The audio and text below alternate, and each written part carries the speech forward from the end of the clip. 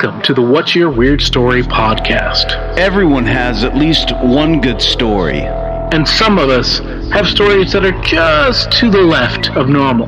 We're interested in the ones that push the boundaries of what we can perceive. Stories that defy explanations. Stories with an air of mystery. Stories we might not share for fear of being thought of differently. But don't worry, we're all friends here. So, what's your weird story?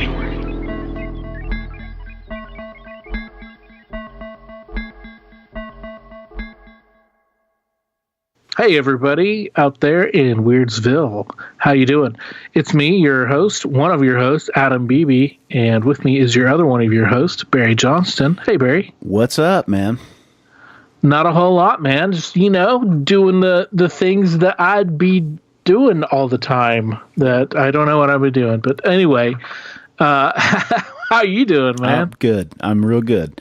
And still brewing? Yeah, still brewing. And speaking of beer, one of my favorite kinds of beer is comes from the UK, which leads me to our guest that we've got today.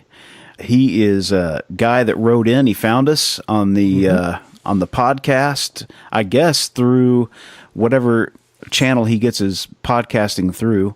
He found us and he hit us up and said, "Hey, I got a story and I want to write in and I want to present it to you guys." That's right. Now, this is exciting.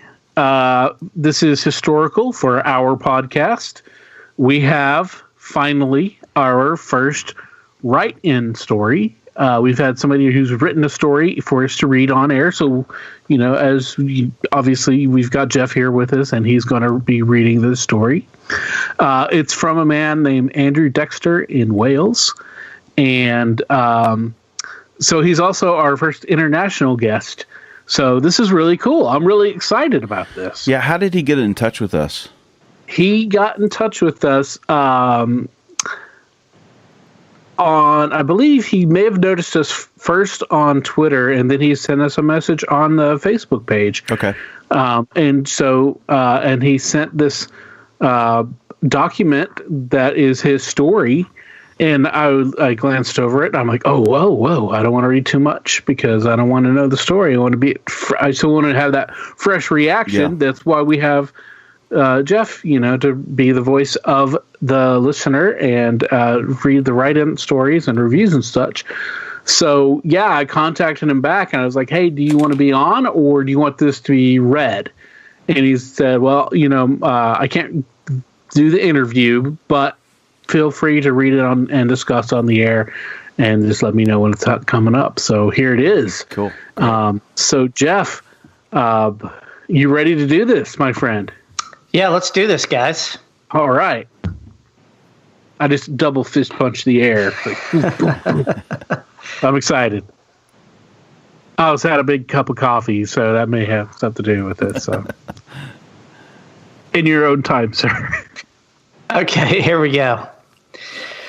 Whenever you're ready.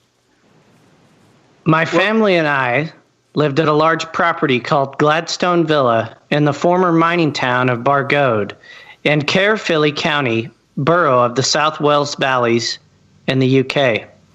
From 1969 to 1978, we experienced activity that simply defied rational explanation, such as lights going off and on.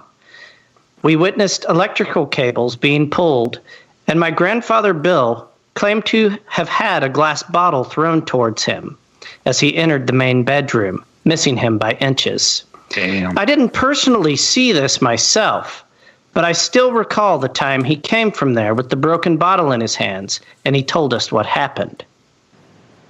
There was the occasional sighting, but this was very rare indeed. So rare that in all the 9 years I was there, I never once saw it, but I did hear it many times in the bedroom. It's still worth mentioning that my mother, Caroline, saw it on at least 2 occasions.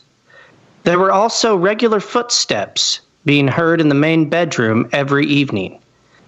Sometimes during the day, when we'd all be downstairs watching TV, one of us would turn the volume down to hear it more clearly, And my grandfather Bill would point to the ceiling and say, "He's by there," and "He's by there now," trying to make out where the footsteps were coming from exactly. There were 5 family members of the family that were living at Gladstone Villa. My grandfather, William Higgs, known as Bill to family and friends, a retired miner who worked at the local colliery. And for those of you who don't know, colliery... Okay, go ahead. You were getting ready to explain. A colliery is a coal mine plus all the buildings and equipment connected with it. My grandfather was a short, bald man who liked nothing more than to listen to his country and western LPs, Johnny Cash, Glenn Campbell, and so on. He sounds like a really cool grandpa. Yeah, I love that. He was great-grandfather. That's awesome. He also liked westerns on TV that starred John Wayne or Clint Eastwood. My maternal grandmother was Rita Higgs. She was also a short woman who was a housewife, and she was completely a teetotaler, but she liked to smoke. Cigarettes. Why, I wouldn't have it any other way. Yeah. She also liked collecting garden gnomes and liked watching soap operas on TV. My mother, Caroline Dexter, met my father at the local bakehouse in Baldwin Street. She was a day shift regularly, and my father worked the night shift. He would stay behind to make her a cup of tea and chat. They dated for 3 years before they got married on Monday, the 1st of April, 1968. The Beatles were number 1 at the time with Lady Madonna. Very apt. Love it. I'm loving the personal history. Yeah, it's great that he's given us here, and also the musical notes because obviously with us, that's a nice touchstone. Puts you right in that time frame, man. For real. I'm already Lady Madonna is going through the back of my mind, and I'm seeing this young English or Welsh couple. I apologize. Having tea and like in a romantic movie. Cut scenes and everything. Just everything flashing together. So carry on. My parents did not get a place of their own, but they decided to live with my grandparents at Gladstone Villa, which was in Cardiff Road. I was born on the 24th of August, 1969, when everyone was listening to the latest number 1 in the charts, Honky Tonk Woman by the Rolling Stones. Another classic too. Nice, man. It was soon after that my mother said strange things started to happen. I was just a baby when she said it all started off rather quietly, like small tapping here and there, but nothing too noticeable. But in time, the activity gradually increased. One time, my mother said the family heard a noise like someone jumping down from the attic and onto the landing. Naturally thinking that someone was trying to break in, they went to see what was going on. When they got there, they found no one, but the hatch to the attic was open. Whatever it was eventually occupied itself in the main bedroom, which incidentally was my grandparents' room. It soon made its presence felt by walking around the bedroom, and the sounds of dragging could be heard. Wow. One day, my mother went upstairs to the bedroom to get my father up for work so he could get ready for his night shift. When she got to there, she was confronted by the sight of the ironing board placed on my father's torso as he slept. When he awoke... So that's just bizarre. Caught me off guard. So yeah. So there's an ironing board laying on his chest while he's sleeping. That is correct. Right? Wow. That is correct. That is bizarre. When he awoke, he was astonished to find the situation he was in. He suspected my grandfather Bill was playing pranks. But in time, he knew my grandfather was not responsible for it. And he told his work friends what was going on there, and it got around town that Gladstone Villa was haunted. That's That's crazy, man. It is crazy, dude. I've not heard of anything like that. Now, I've heard of whenever people have passed out because, they've had too much to drink, and then you play that game of what can we stack on our friend. Right. Stack or write or whatever. But, yeah. But I don't think that this seems to be the case. So. No. A ghost that needed its laundry ironed or something. It's crazy. Interesting. Well, they're all sheets, right? So it's just yeah. That's crazy. Yeah. My parents. Oh, excuse me. I was going to say you never see a wrinkly ghost. So. That's true. That's true. It's like, my parents separated in 1972, and my father left Gladstone Villa. But it wasn't because of what was going on at the villa. It was just a breakdown of the marriage. They finally divorced on the 25th of April in 1975. The British band the Bay City Rollers were number one in the charts with Bye Bye Bay. Fantastic. Again, very apt. Yeah. For real. Especially now since, Bay is the new baby or whatever, Yeah. The new slang. Yeah. Hate it. But, Well, that just shows what's me interesting about that part of it also to me is that he stated that that they weren't moving because of the entity or whatever entities, right. that they just sort of were okay with that, and a lot of people are. You know what I mean? It's like where I think that I would be freaked out by something like that. Some people are just like, okay, it's just part of the deal, So that's interesting. It also, I wonder if he experienced this. They both experienced something, at some point. Whereas a lot of the people that we've discussed or we've talked to about this, where there's a couple that one will see all this stuff and the other won't, and the one who does it usually tries to antagonize, especially the men, try to antagonize the whatever it is that's there. So So I guess it doesn't seem like that was the case here. Yeah, which is interesting to kind of note as well. Definitely. So all right. The fact that Bye Bye Bay was number one in the charts would have been amusing, except for the fact of what was going on at Gladstone Villa. I was barely 2 years old, so I have no memory of my father living at the Gladstone Villa. But he would come to see me every Saturday to take me to my paternal grandparents and the local cinema. Great times, even though the paranormal activity still continued. As I got older, I too witnessed the activity for myself. I actually saw the poltergeist activity for myself. I saw the electrical cables being pulled by unseen forces. Ooh. I saw the lights going off and on. And when my grandfather Bill would play records on the Sundays as the family did dinner, it would turn the music off. It took exception to the British band Slade and any religious TV shows my grandfather Rita would watch. That's great.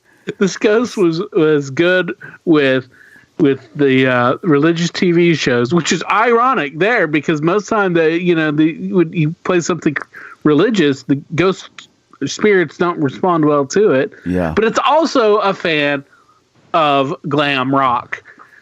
So that's which so great. To me, so great.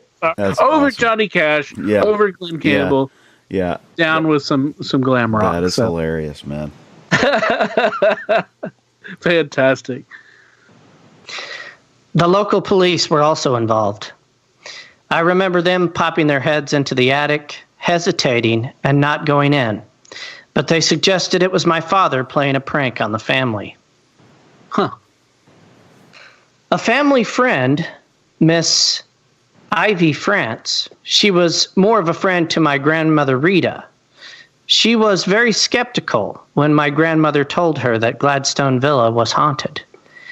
I can still remember Ivy going into the main bedroom looking around and saying it was vibration from the traffic outside causing it.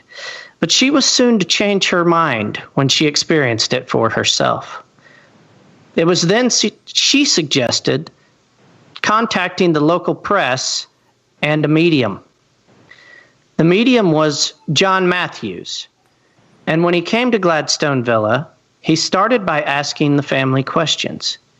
He then began by challenging the spirit to perform by knocking on the ceiling, and sure enough, it responded by knocking back at him. At some point, John went into a trance and tried to make contact with it, but he failed to get a name. He later confirmed the obvious, that there was indeed a presence there, and it was an earthbound spirit, and that it had unfinished business. Huh. Interesting. Interesting.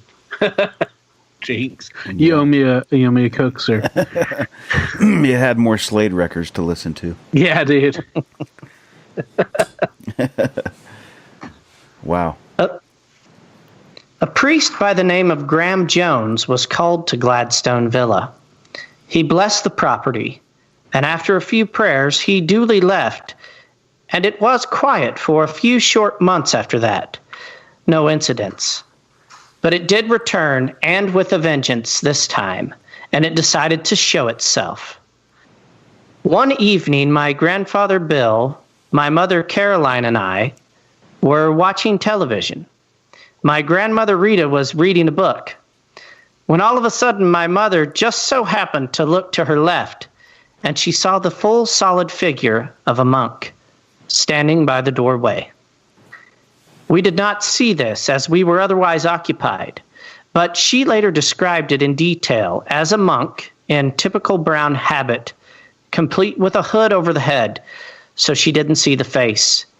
It sounded very much like a 16th century Benedictine monk. Huh. Wow. That's crazy. Yeah, I wonder, and maybe this will be addressed soon in the letter there. I wonder if there's any history of monks at that, in that location. general vicinity. Yeah. Yeah. Yeah. Hopefully so. Let's hear more. Fred Davies was a friend of my grandfather Bill. They worked together at the local colliery, and he would visit most evenings. Fred was a slim man who would wear a flat cap and glasses, and smoked homemade cigarettes that hung from his lips when he spoke. Wow. He would sit in his favorite chair by the open fire and talk to the family and watch TV with us. One day, Fred was with us in his usual place by the open fire. I was quietly playing with my toys on the sideboard. It was quiet when all of a sudden there was one very loud bang. It was so loud that Fred ducked his head and ran to my mother for comfort. I ran to my mother for comfort. Pardon me.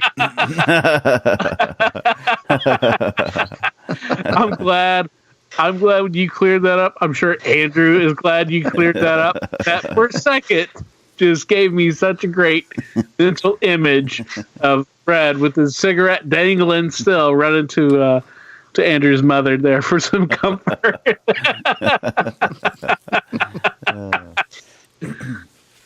When it was all quiet again, we all went upstairs. My grandfather, Bill, would always be first, and I would be last. When we would go to that bedroom, we found nothing that could account for the noise. Fred later told us he ducked his head as he thought it was going to come through the ceiling. Fred told us of another experience he had at Gladstone Villa. My grandfather, Bill, liked to look out the landing window that overlooked Cardiff Road and into Bargode Town Center. This time Fred joined him, and he said he felt something brush past him. When he looked, there was nothing there. Wow. Wow. I can just imagine them all creeping up the stairs like in a Scooby-Doo cartoon. Yeah. Yeah. Hands kind of up like that weird creeping thing that quietly tiptoeing up. High knee tiptoe. Yeah, definitely a high need to there. In descending order, although I see Grandpa in the lead, a little bit shorter than Fred with his flat cap and dangling cigarette, and then everybody in descending order down to little Andrew at the time. So that's great. The most frightening experience I had was when I was alone in that particular bedroom. I made sure the light was on. It was very quiet. I was lying on the bed facing the window that overlooked Cardiff Road when I suddenly felt something heavy pounce on the bottom of the bed.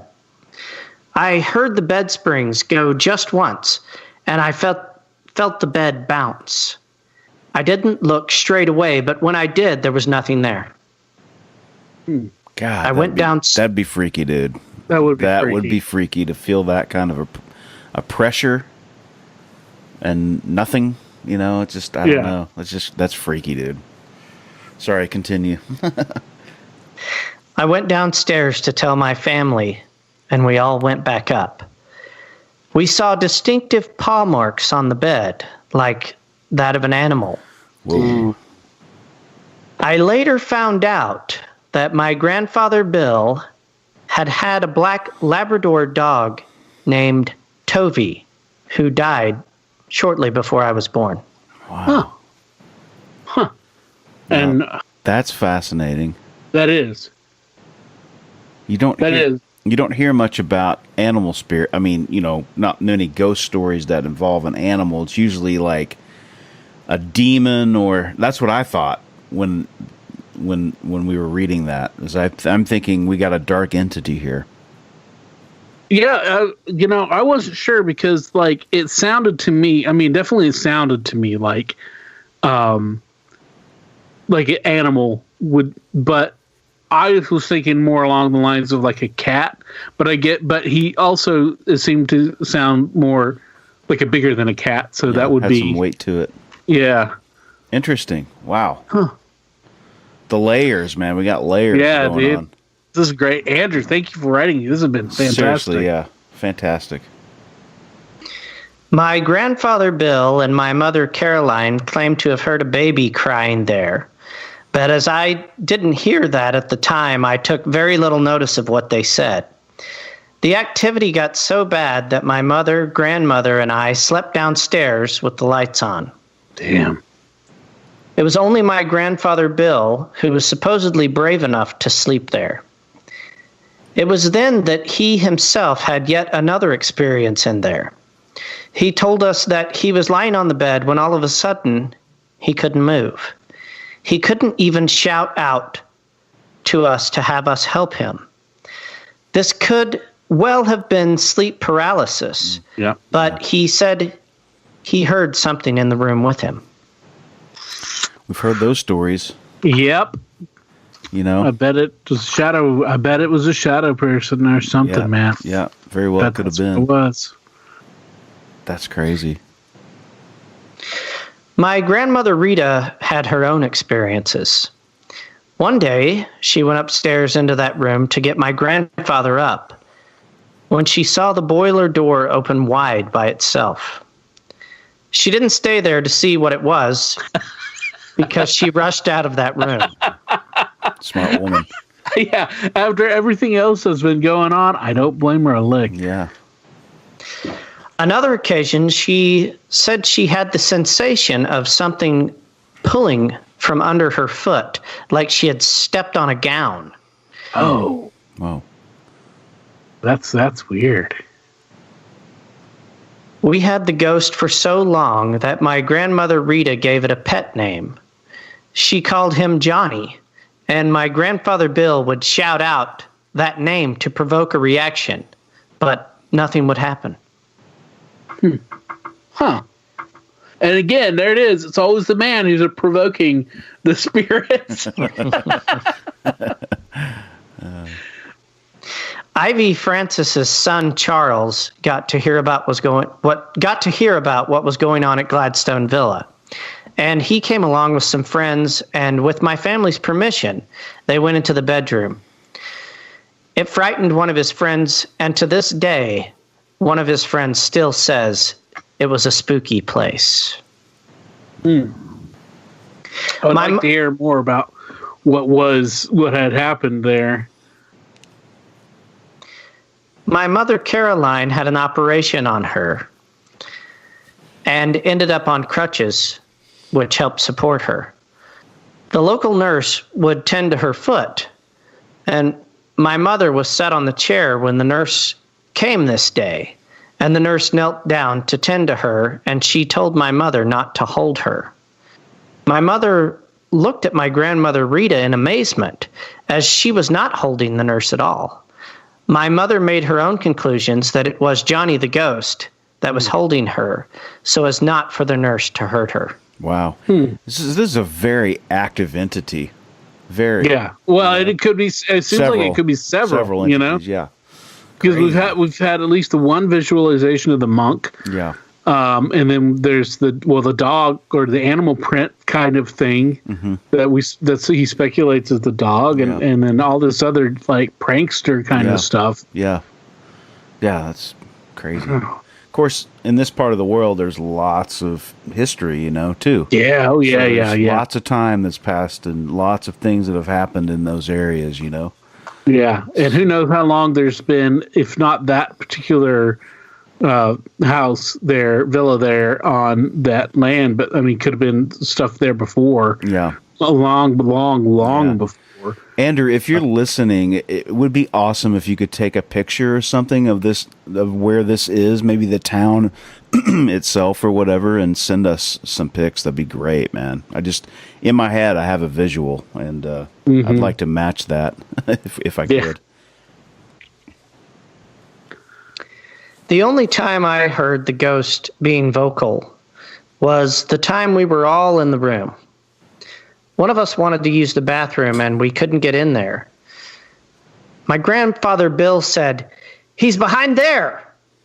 And I heard quite distinctively the sound of Gregorian chant, and that was it. Whoa. Nothing more. That's spooky, dude. Yeah, dude. Gregorian chant is, out of context, is always spooky. Yeah. If you're even in context, even in a church, it's a little bit spooky. But outside, that's weird. And especially since they saw that friar, and man. Yeah, that's crazy. Wow. So we left in the summer of 1978 when two local businessmen bought the property, and Gladstone Villa was eventually converted into a small hotel, and its name changed to Reds Park Hotel. On the night before we moved, there was one final incident we experienced, as if it knew we were going, and that was its way of saying goodbye. My mother, grandmother, and I got ready to go to sleep. The light was still on, and then we heard the doorknob turning, as if someone was trying to get in. At first, I naturally suspected my grandfather Bill, as he was the only one who slept upstairs in that room, and we figured it may have been him playing a prank. I called out to him, but there was no answer. No laugh that would give him away. We then heard our belongings that were packed in the hallway being thrown around. The next day, we asked my grandfather Bill if it was him playing a joke on us. He insisted it wasn't him, and to this very day, I believe him. Wow. Man, I wonder if that new hotel is haunted. I wonder if there's any kind of history anything that continued on if it's through the ground. That's really interesting. Yeah, fascinating. Fascinating. And that was great. Andrew, we appreciate you writing and sending that in. Oh! I just got a hand gesture, and it wasn't obscene. From our stand-in Andrew, Mr. Hubbard here, and he says there's more. So let's carry on, sir. I had my 40th birthday at Red's Park Hotel in August of 2009 for old time's sake. And it was the female staff there that told me about the ghost. And I told them about what had happened to me there 30 years before. There you go. Yep. The staff told me of their own personal experiences. Lights going off and on, the odd sighting in room 5. A bride in white was seen. Again, as with the claims of the baby crying that made no sense to me at the time. I did a thorough research of the property and the Cardiff Road area and found out some very interesting things indeed. I found out from Bargoed Library and the local newspaper archives that Gladstone Villa dates back to 1900, and it was named after the former British Prime Minister, William Gladstone. I discovered the previous people that lived there. The Kimmiott family in 1924.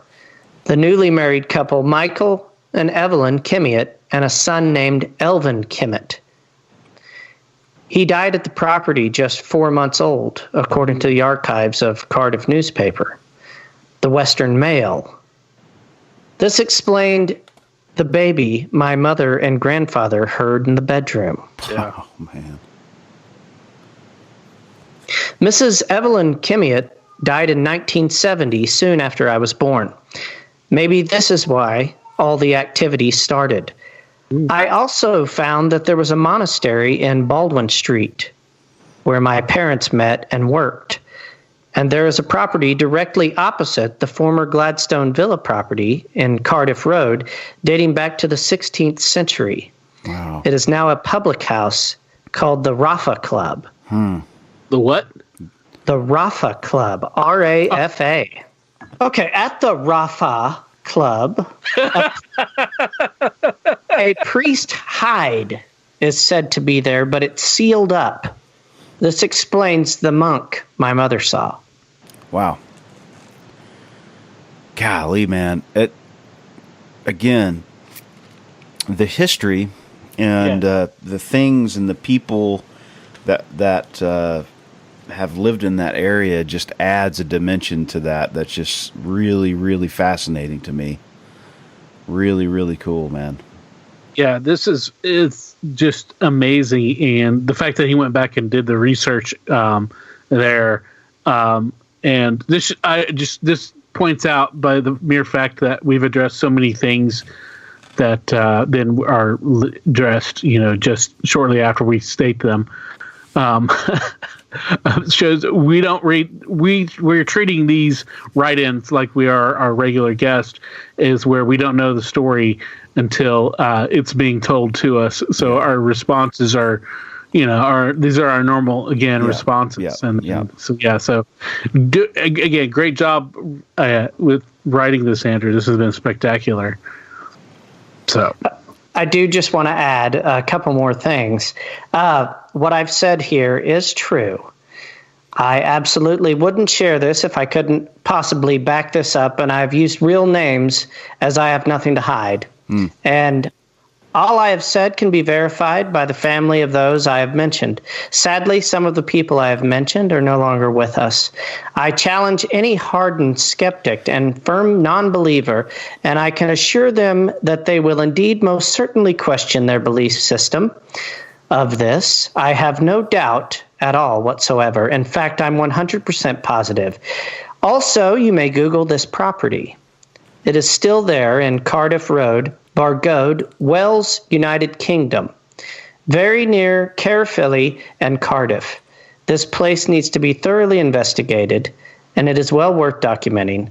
I'm quite serious about this and very sincere. Wow, that's great, man. That's awesome. He not only was it a compelling story, but it was really beautifully written and really helped paint those pictures of put you there in the time and place of everything, and absolutely just a great job, man. Really couldn't have asked for more, for our first write-in story. Yes, just phenomenal. And well read, sir, as well. Yeah. Thank you. Thank you. Great performance there. That is fascinating, man. Yeah, dude. That is like you said, we couldn't have asked for a better way to kick off this new portion that we've been wanting, and to give people the opportunity to write in if they can't, be interviewed. And, and we use the term interview loosely because, you guys listen, we talk, we chat, we hang out. We don't really, interview. That's not our style. So that was fantastic. And we're just, we keep saying how awesome it was, how layered it was. Well, I pre-read the story before we came on and, looked up the pronunciation of some of the local areas. And I would have loved to hear your Okie impression of how you would have said these words, because we would have been way off, I'm sure. Yeah. The spelling on some of these, it would have been tough without Google Assistant and the actual, you type it in and it tells you how to pronounce it. So, but yeah, I thought the story was great. I could just picture this old property in, Wales, and just people sitting around with a fireplace and hearing these creepy noises above their head, and the whole family is just freaked out. Yeah. And I thought it was a great story. Thank God things like this don't happen to me.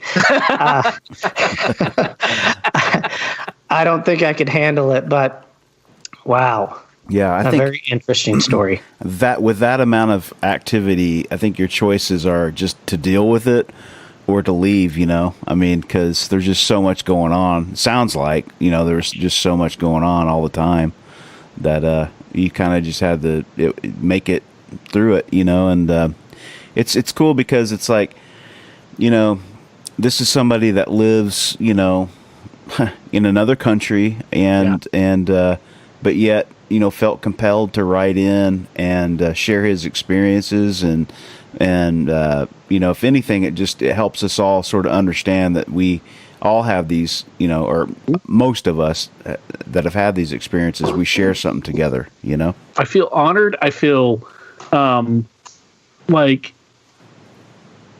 I don't know the right description. It's just really cool that we've reached across international boundaries and we've connected with somebody with this, who we would have probably never met ever before. Mm-hmm. And it's just really cool. And so, again, we, just thank you, Andrew, for sharing this really cool story.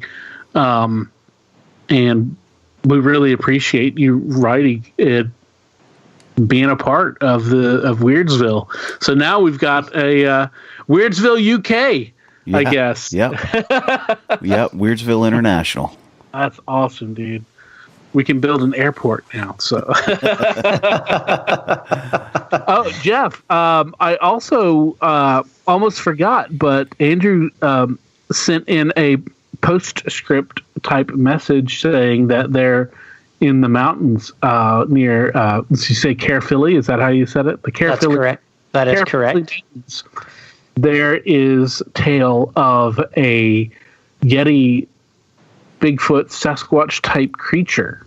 Ooh, wow. That's very exciting. Yeah, you might have to do some digging on that. And I'll definitely look that up, see what we can find on that. Or maybe an idea for a trip next summer. Hey, Yo, that'd be amazing. Andy, we're coming to stay at your house, man. If it's not there, then the haunted hotel. So Yeah. Well, that is very exciting. That sounds really cool. I'll look into that, see what I can come up with. Great.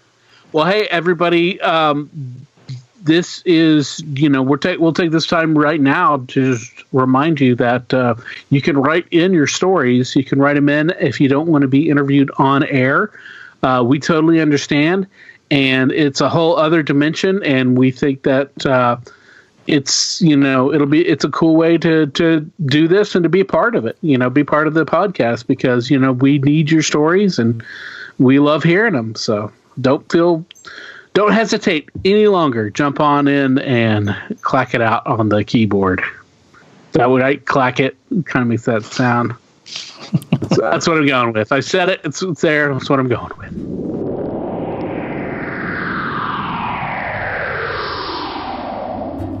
Hey Barry. Yeah. Have you ever seen a goat sucker? What? Goat sucker, chupacabra. Oh, yeah. Yeah.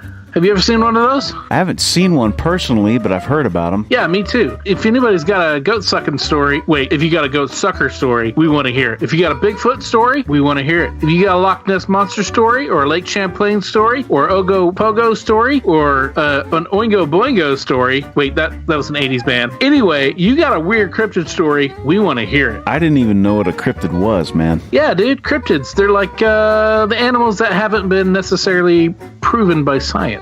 They're the ones on the edge. You know, they're not necessarily known animals, but they're known animals. We don't have the bodies or anything like that. So they're kind of like half myth, half story, based in reality, but still in that weird mystery area that we don't know about yet. Cryptids are fun.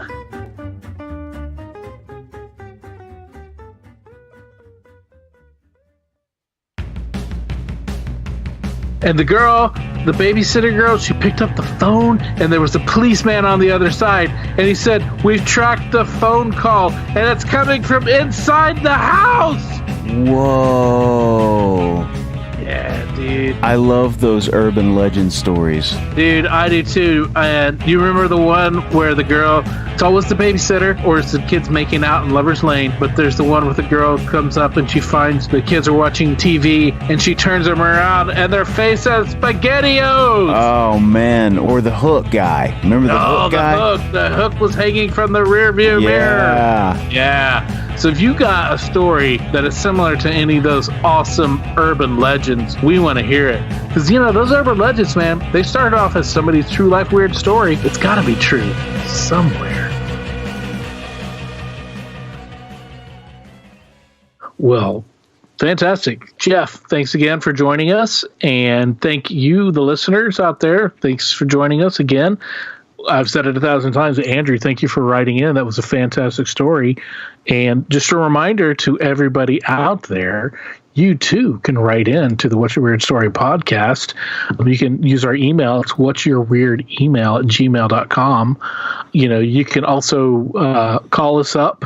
I mentioned this a couple of weeks ago. We feel like we should mention it more often, but you can call us up on the hotline. That number is 513-909-9821, and you can leave us a message there. It's a 3-minute message, but you can leave as many as you like. You can tell us a story there, or you can just give us an idea how to contact you and what you want to hear, or you can give us a review there, or a shout-out, whatever you want to do. It's there for your use. So, yeah, so thanks again, everybody. It's been awesome. Barry? Yeah, it's been incredible. This is the first time that I feel like, you know, we've gotten some folks from across the pond that have been interested in what we're doing, and it's just such a cool feeling to know that, you know, that people are listening from different parts of the world, and we're super excited to have Andrew tell his story, and more than that, let us interpret it, which is fun. And Jeff did a great job with that, and we can't wait to do more. And we've got some more coming down the line. So awesome, fantastic. And everybody out there, thanks for listening. Be safe. Be weird. As always, if you have a weird story, we want to hear it. If you have a lot of them, we want to hear them all. We can't do this podcast without your invaluable contributions. Whether it's sharing your stories, listening, rating, and spreading the word about the podcast. Thanks for listening. Till next time, be safe. Be weird.